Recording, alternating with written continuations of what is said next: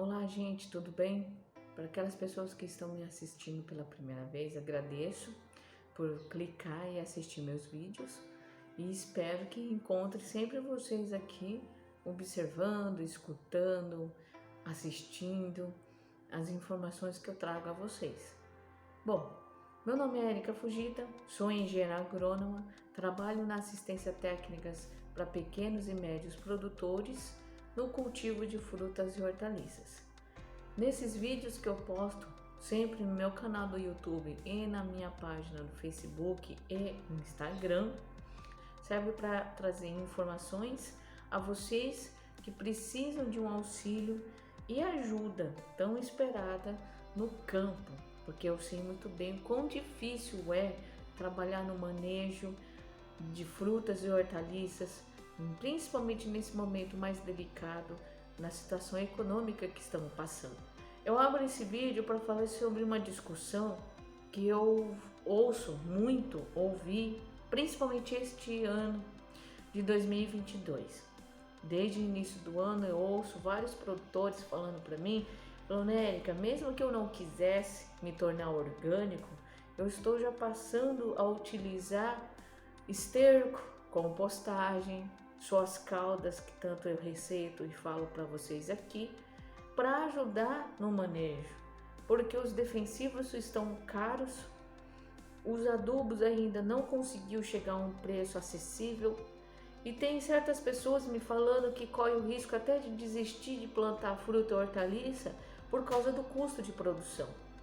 E também eu sempre falo a vocês que existe uma outra ponto, principalmente em relação ao manejo, aos tratos culturais, as atividades ligadas ao campo, que é a falta de mão de obra. Infelizmente, são os obstáculos que o produtor encontra para poder conseguir manter a sua produtividade. Aí o que acontece? Um comportamento que eu estou vendo, e aqueles que ainda não pensaram em fazer isso, eu acho que era interessante sentar e ponderar. Primeiramente, como eu sempre falo, a roça profissional, fruticultores e horticultores, tem que visar a constante produção.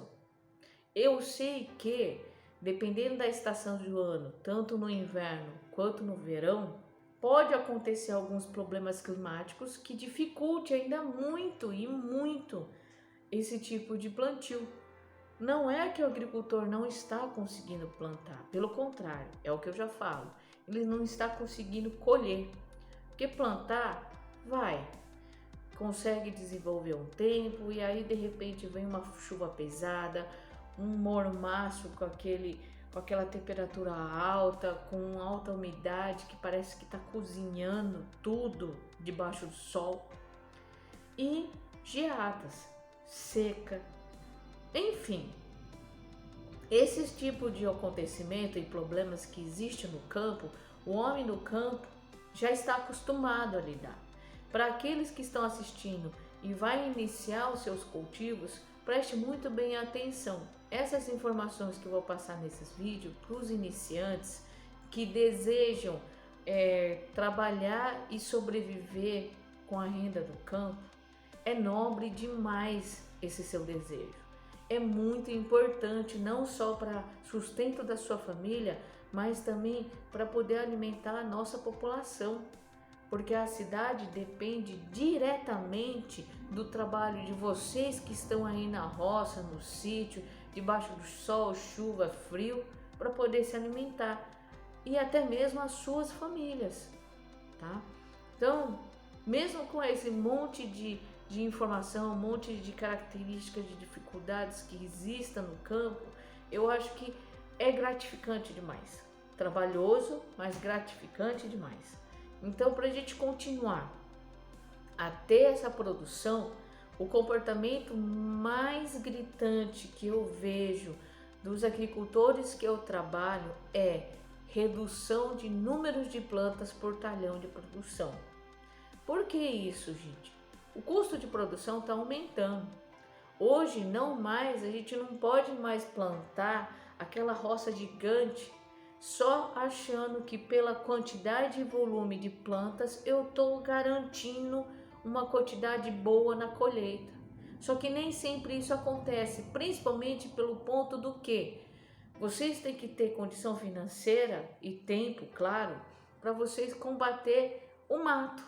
O mato compete quando a planta está no início, crescendo para tomar porte, chegar na fase adulta e produzir, ela sofre muito com o mato. E se vocês muitas vezes têm várias atividades no sítio ou está começando, é importante tentar então tornar esse tipo de atividade planejada. Porque sem um tipo de planejamento correto, eu não consigo voltar no campo periodicamente e combater esse mato. Uma das coisas que eu peço a vocês, sempre que possível, utilize a roçadeira. Olha, Érica, de novo falando de roçar. É uma atividade que os agricultores hoje perceberam, sem muito ter que conversar, de falar, de explicar de novo sobre a importância da roçada, eles estão vendo que funciona. Por quê? Porque além de manter uma cobertura no solo, que vai se tornar um adubo lá na frente, conforme essa matéria orgânica e essa palhada que é do corte do mato, vai ficar no solo, ela vai virar adubo sim e vai evitar desidratação. Lembre-se, pessoal, nós estamos entrando numa estação do ano que é muito comum a falta de chuva. E nós temos que manter o máximo possível o seu solo hidratado, úmido, só que eu tenho que cobrir para evitar a evaporação. Então, a roçada é um dos pontos que eu sempre ponho aqui em cache, que eu acho muito importante vocês começarem a entender e adotar isso. Mas em áreas muito grandes, você não consegue manter uma roça roçada. Você não consegue manter o seu talhão limpo, livre de mato, com a roçadeira. Por isso que é melhor você diminuir essa área, colocar ali vamos supor, abóbora, uns 500 covas, 500, 600 covas de abóbora. Aquelas hortaliças que crescem em pés, como por exemplo, quiabo, berinjela, jiló, tomate. Essas culturas eu recomendo que vocês façam de que forma? Roce e trabalhe com no máximo 1000 pés. O quiabo, tirando em relação às outras hortaliças, o fruto é menor. O jiló, dependendo de como for a condução dele, ele é mais pesado que um fruto do quiabo. Isso é característica da cultura, não é porque alguém produziu um quiabo mais leve que o outro. Não tem nada a ver.